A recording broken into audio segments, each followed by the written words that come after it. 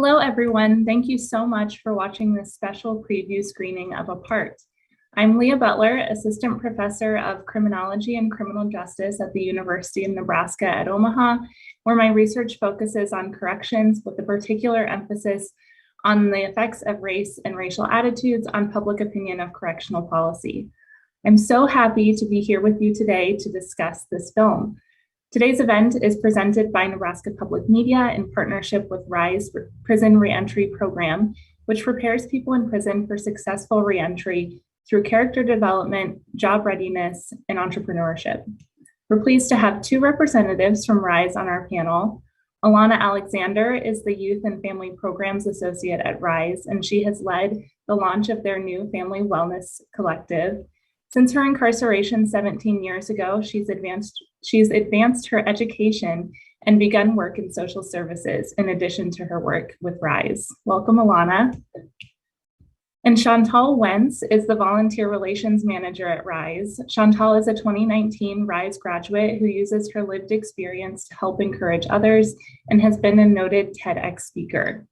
Hi, Chantal. And last we have Aubrey. Last, we have Aubrey Mancuso, the Executive Director of Voices for Children in Nebraska, which focuses on building pathways to opportunity for all children and families through research, policy, and community engagement. So welcome everyone. To the audience, if you have questions as we discuss the film, you can put them in the OBEE chat box at any time. We want to hear from you and we will try to answer as many questions as possible. So I'd like to start us off just by asking each of you to talk about what resonated with you most about the film. Aubrey, if you'd like to start, what was most compelling to you? Yeah, so I think often when we think about our criminal justice system, we're often just looking at the impact on the people directly involved in that system. So, and not really seeing what happens in families and communities. And I love that this film really looked at that other layer of what's happening to families and communities in the wake of mass incarceration policies. I agree. That broader impact that the film shows was so important and such an interesting perspective to take. What about you, Chantal? Yeah, absolutely. So coming from personal experience of being incarcerated at the Nebraska Correctional Center for Women in York, Nebraska for about 14 years, all of it resonated. The filmmakers did such a wonderful job just capturing all of the emotion and all of the problems and all of the triumphs that can come along with a mother being incarcerated and the challenges that she faces. Just being able to maintain that relationship and contact for whatever that looks like with their child. One of the biggest things for me is when the film very first starts out and you see the young woman on the telephone speaking to her child and joking about how he just always says he's fine, right? We had 15-minute phone calls, one a day, and those are oftentimes very expensive. And I'm the mother of 7. So it was extremely hard to maintain that contact through those 15-minute phone calls and really be able to connect with my children during that time. One thing during those phone calls, one thing that they show in the film is the woman is alone and the mod that she's in is quiet. And that just wasn't reality. Imagine 60 some women in your housing unit all out for free time, everyone waiting in line for phones, and just the noise and the chaos that comes with the announcements on the loudspeaker and the conversations and the card games and whatever's going on around you. It was extremely frustrating and extremely bittersweet to be able to hear that little voice on the other side, but not really being able to connect. Yeah, absolutely. Thank you so much for sharing that. I mean, at some point in the film, Tamika's daughter, Bailey, says, I like visiting you because it's not like the phone where I have to repeat everything I say over and over. And so it might be even more difficult than what's shown in the film to communicate in that way. What about you, Alana? What resonated most for you? There was definitely a lot, like Chantal said. There was a couple of things that really kind of hit home. So the first thing was this concept of we are a whole self, right? So we are not defined by our worst act. This is really not just difficult for society to grasp. I think it's really difficult for us as individuals, having been incarcerated myself, right? It was hard for me to grasp that I am this person beyond a felon and a convict, right? Which really relates to me being a mother. And this idea that I might never be able to be a good mom because of the fact that I was a convict, right? That I may never be able to make up for that lost time. And then, excuse me. And then really this idea that if we don't tell our children the truth about where we are, they make up this reality, this version of what's happening that's usually far worse than what is actually happening. And then, as we saw in the film, right, children really struggle with these emotions of the loss, of the displacement, of what is going on, of anticipation for the future. And when they try to discuss this with the adults that are present in their lives, the adults are often too emotionally overwhelmed to really help children deal with those emotions themselves. And so really this is why, Bryce is interested in providing these kinds of family services, right? These to help restore relationships before release and during the release process, to help manage those emotions for both children and the adults and the person who is being released. Yeah, I think that the way the film shows the complex relationships that each of these women has with their children is it's like heartbreaking and heartwarming at the same time. It's just amazing to see the way they try to maintain those connections throughout their time while they're incarcerated and once they've been released. I think that was one of the major themes, is the effect of incarceration on children. So currently about 1 in 10 Nebraska children has a parent who is currently or has been incarcerated. Aubrey, what do we know about the impacts on children of having a parent?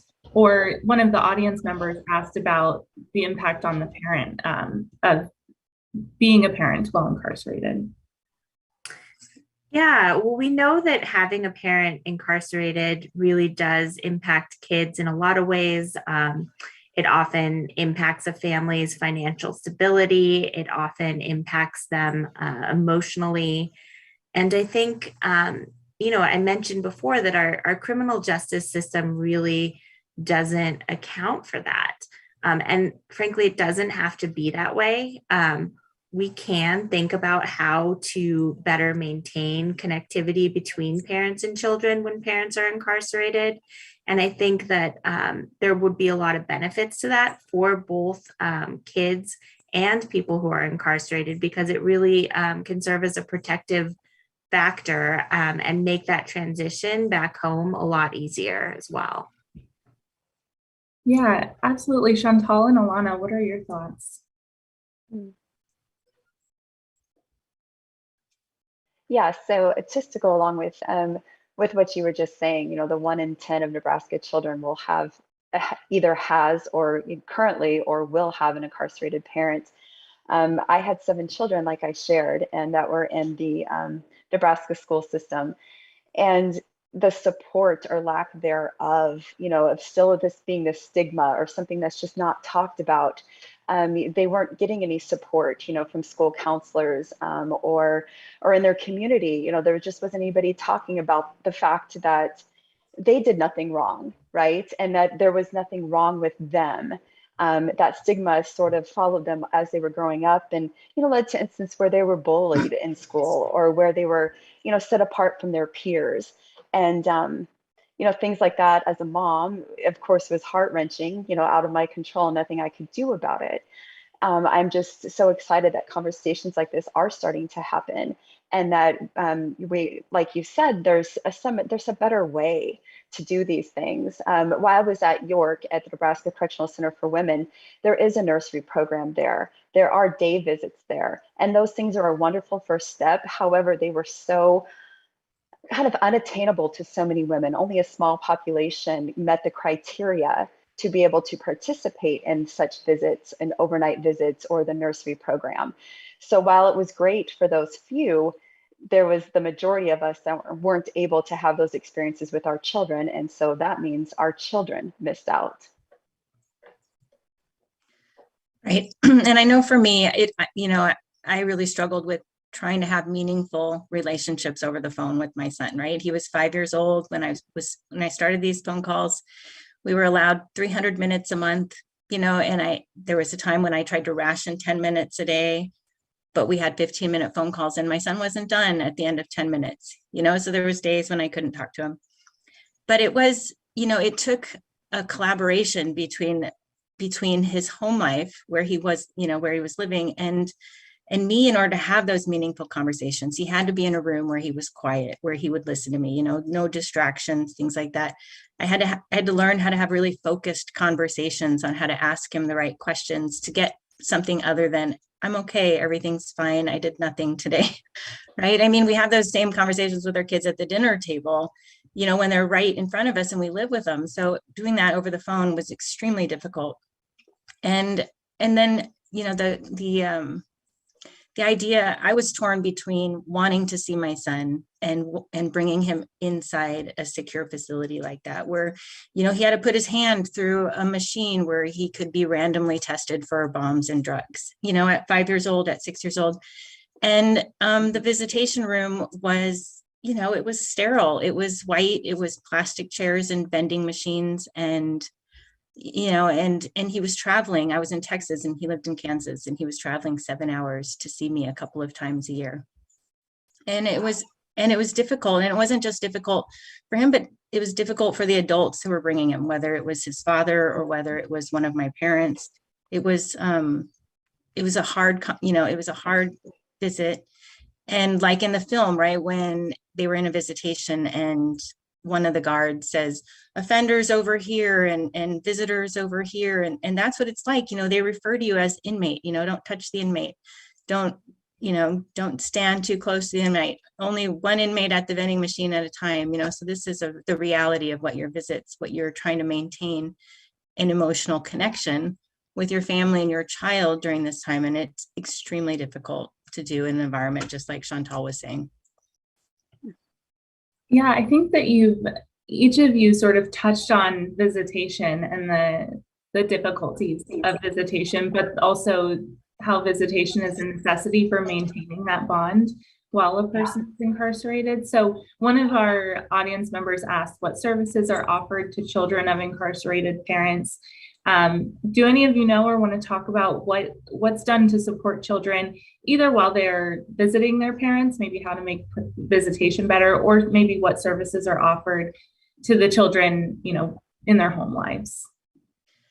Well, I know for me, when RISE brought me on board about a year ago, they asked me to create programs and services for the families and the children of those who are incarcerated. And I thought I was going to be able to dive into the research, right, and find out what other organizations, what other states, what other institutions were doing to provide these kinds of services. And what I found, which was surprising, but also not very surprising, that really no services are being offered to families outside of the occasional parenting class or religious services. And so, finding a way to provide services where families don't feel like you're being intrusive and trying to disrupt home life even further, as like a DHHS worker might, it has been a challenge for us, definitely. So just kind of trying to figure out what people need, what people want, and what people will actually use has been pretty much what this whole year has been about for me. Yeah, absolutely. What Alana was just saying, it was our experience as well that there just wasn't services, at least that we were made aware of. If there were the resources there, we weren't educated on them. We didn't know where to find them. There was some support for my children's father and my children through their church. There were things that I could do at the prison here in Nebraska as far as speaking to parenting staff. However, I was not in that program, so they were very limited, on anything that they could offer me or my family, other than just, some good advice or parenting classes that I was able to enroll in that were just general for, general population, not really specific to the need of incarcerated children or how to kind of keep that connection going. One of the things that I found very beneficial for me was once upon a time, I had a CASA worker that was involved with one of my daughters who was struggling with mental and behavioral health issues.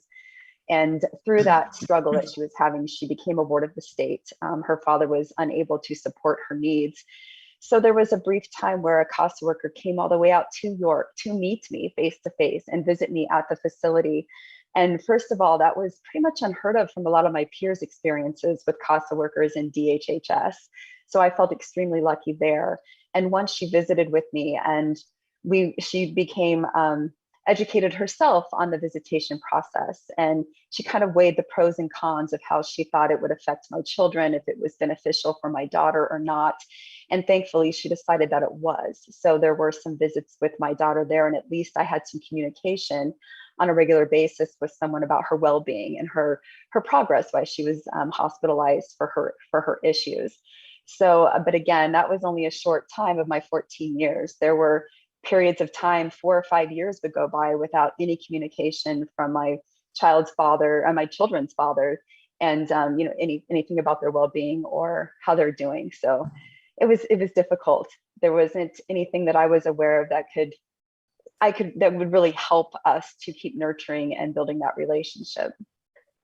Yeah, that sounds really difficult, and I'm glad that there are programs now like the Family Wellness Program that are trying to create these sort of services and supports. Aubrey, what about Voices for Children? Do you advocate for services for children with incarcerated parents? Yeah, so we primarily look towards what policy changes can be made in these areas.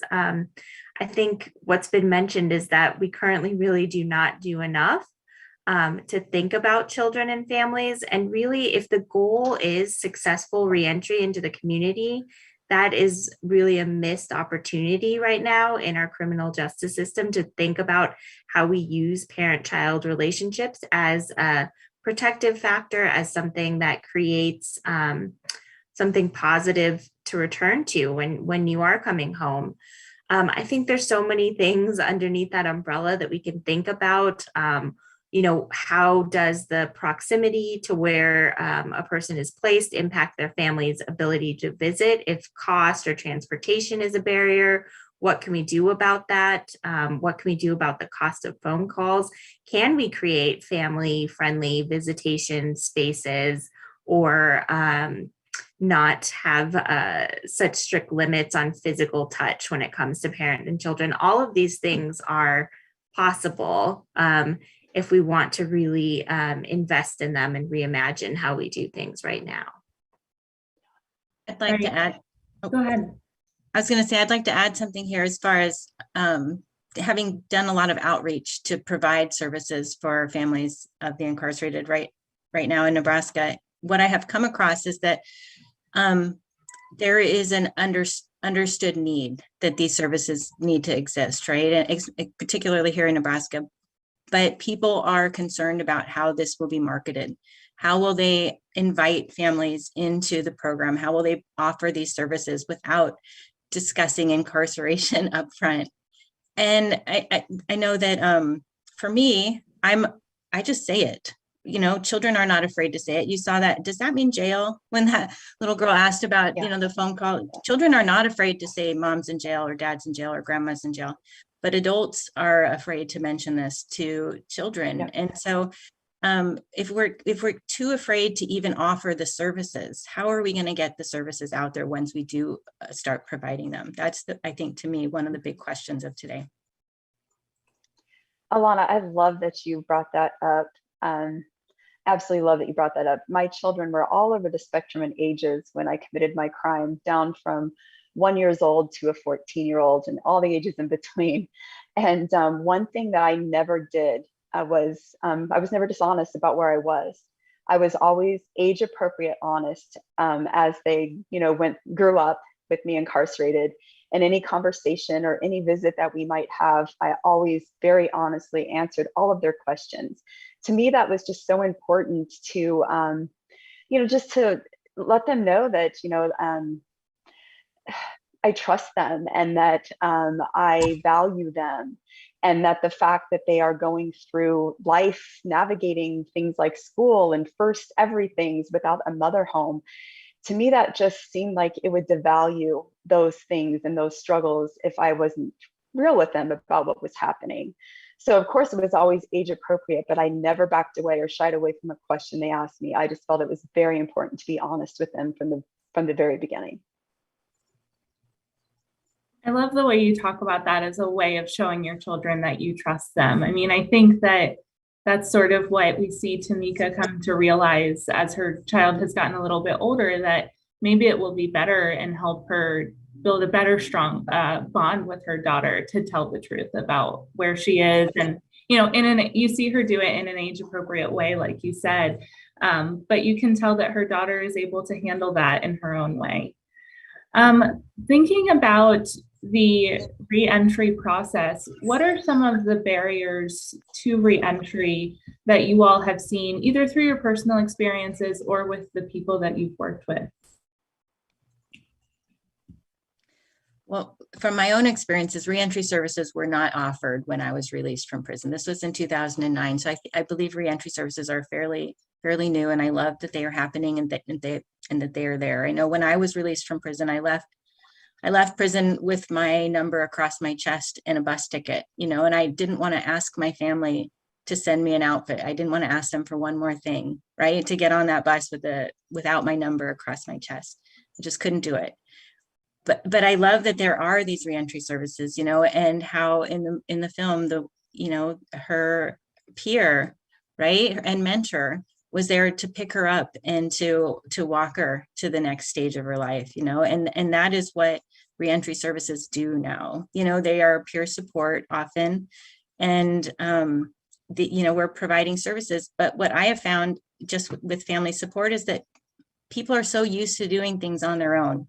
You know, they were on their own before they ended up in prison. They were on their own in prison, and they're really reluctant to accept support that is offered.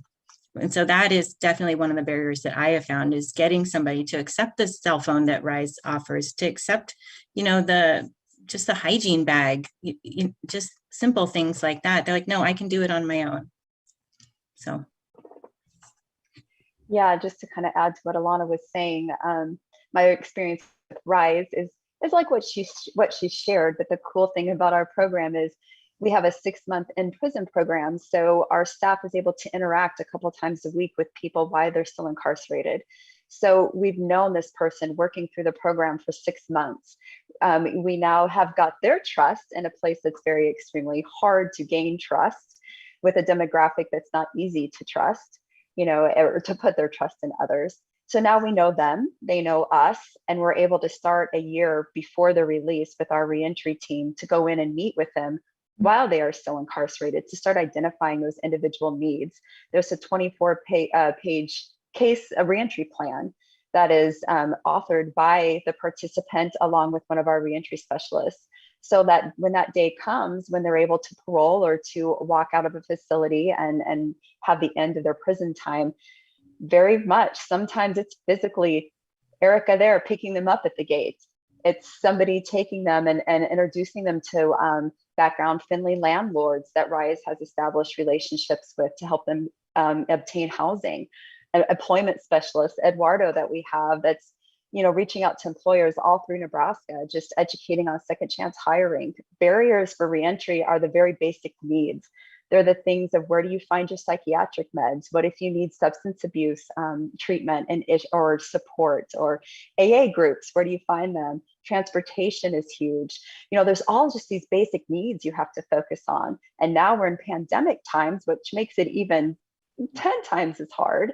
So you have people reentering now during a pandemic, where resources for everyone is just not like what they used to be. And then on top of all of that, you're trying to navigate your relationships. You know, and one of the things I really love about the film that was very true for me, and like Alana just spoke about a little bit ago, was those mentors and those peers. We can really, there's so much talent, and there's so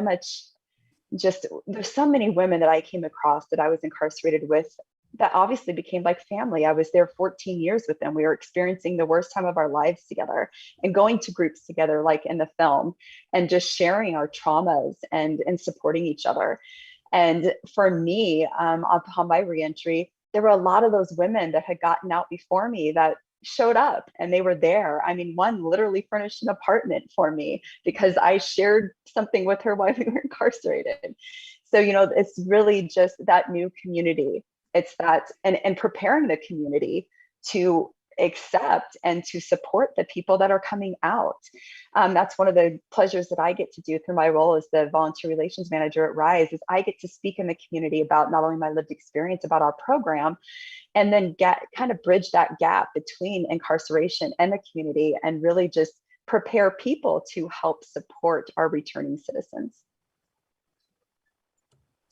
I love that you both talked about the ways that the women support one another. I think that was one of the things I enjoyed most when watching the film, seeing them get out and have their friends there who were either, leading the reentry program or the rehabilitation program they went through, or their friends that they had been incarcerated with. I thought that was so wonderful to see. And, Aubrey, you used the term a couple of times, protective factor, and there have been a couple questions in the chat about what statistics there are for what makes people successful when they are released from prison. And those protective factors tend to be things like the people you have to support you when you're released. We know through research that people with more family support and friend support are more likely to do well when they re-enter their communities than people who don't. Aubrey, what other protective factors have you seen, either that that globally can protect families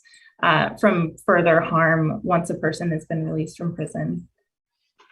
Well, I think that the work that RISE is doing, building that relationship before a person is released, is so important. And then having that person there to support you through the transition. Any of those things that we can do where you're starting while a person is still incarcerated and thinking about how to transition some of those same supports into the community are so important, whether that's a mental health therapist, people to help with job access. All of those things are so important. And in an ideal world, I think some of that reentry programming could also think about, how do you start bringing families in for more meaningful family counseling sessions to talk about what's about to happen and talk about how to really prepare yourself and your family for that transition back home? I think in an ideal world, I would love to see that type of thing happening as well. Yeah, and I think we got a lot of comments in the chat about how people want to see more proactive steps, like you're saying, proactive both in terms of before a person ever is incarcerated, providing those services for those basic needs that Chantal talked about, but also proactive for before a person is released, finding out what are their needs going to be and what services can we provide to meet those needs. So we have a few minutes left. I want to find a couple of questions to ask before we close out. One thing that I think Chantal mentioned is the attitudes that people hold about people who have been incarcerated. So the attitudes that some, other people in your community might hold towards you. I mentioned that I conduct research on public opinion of correctional policy. And one thing that we found that I think is a positive sign is that large majorities of Americans support rehabilitation programming and believe that people can change. So in a recent national survey, we found that 78% of adults agree that, quote, people who have committed crimes deserve the opportunity to regain the respect of their community. And 81% agreed that, quote, people who commit a crime still deserve the opportunity to build the best life they have. So I'm wondering what your thoughts are, all of you, since you have more on the ground experience with people going through the process of reentry. What can people in communities do to be supportive? What maybe attitude shifts need to happen, or what attitudes can be most helpful for a person who's reentering a community?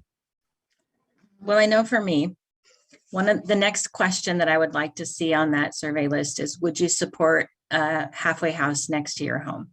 Would you support a transitional home in your neighborhood? Because people say they support reentry services, but housing is the biggest issue. And I know RISE talks about this all the time, about the unemployment rate when the homelessness rate when people are arrested and sent to prison, and when they are sent back, right? They're homeless and they're unemployed, right? But this idea of housing is huge, and neighborhoods do not support transitional homes, and the neighborhoods that do support transitional homes are in neighborhoods that are risky for people's sobriety and for relapse and for reoffending. So I would love to see that next question. You know, you support rehabilitation services. Would you support a rehabilitative home next to yours? I'm very happy to hear you say that, because that's what I want to do in my next surveys, is asking, like, not only do you believe that this is important, but are you willing to take those steps in the way that you have your own influence? Would you hire a person with a felony conviction that comes up on a background check? Would you rent an apartment if you're a landlord to a person with a felony conviction? I'm really happy to hear you say that those are good questions to ask. Aubrey and Chantal, what are your thoughts? I would just say that we have to hold space for the complexity of human beings. You know, human beings are not either good nor bad. We come to the world with all kinds of different trauma and experiences, and we make choices based on that. And some of those choices are good and some of those choices are not. But I think we really have to believe that none of us, so that no one is or should be defined by a single moment or a single choice in their life. Wow, so both of their answers were amazing and exactly things that I would have shared as well. One of the things that I tell the community all the time is just holding space for those of us with lived experience that are going through reentry, and just showing up, just listening and inviting us to the table. So just like you shared, Aubrey, space, and of course the housing and employment, all of that. So what that comes down for me is take action, and that looks different. There's all different kinds of ways to get involved and to do something. Every little small thing towards removing a barrier is huge, whether it's getting involved in policy and advocacy, whether it's, signing a petition because people like myself, we can't vote. I cannot vote. So when I go to a concert or some public thing with my family and my husband, and I'm having a good time and I've asked to sign a petition, I'm reminded of the invisible handcuffs that I have, that although I'm back in the community and I'm working and I'm paying taxes, I don't have some of those basic rights still, even though I've done my time. So just there's so many different ways, like I said, whether it's your vote, whether it's volunteering with an organization such as Rise, I'll plug that, of course, but there's so many others, or just, taking action, finding what your niche is, what you're passionate about, and then doing something. Well, I don't think that I could have found a better way for us to bring this conversation full circle. I mean, what all of you are getting at brings us right back to that original topic we talked about of seeing people as whole people, thinking about people not just by the worst thing they've ever done, but as a whole person, a whole lived experience. So thank you all so much. I want to thank all of our panelists for joining us for this great discussion today. Chantal Wentz and Alana Alexander of RISE, and Aubrey Mancuso of Voices for Children in Nebraska. And I'm Leah Butler, an assistant professor of criminology and criminal justice at the University of Nebraska at Omaha. Thank you so much for joining Nebraska Public Media and RISE for this preview screening of Apart. Apart premieres on Independent Lens on Monday, February 21st. You can watch it online at pbs.org/apart or check the Nebraska Public Media listings. If you're looking for more information or resources, you can visit nebraskapublicmedia.org/engage to see the discussion guide, links to news articles related to this topic, and more resources. Thank you, everybody. Thank you. Thank you. Thank you.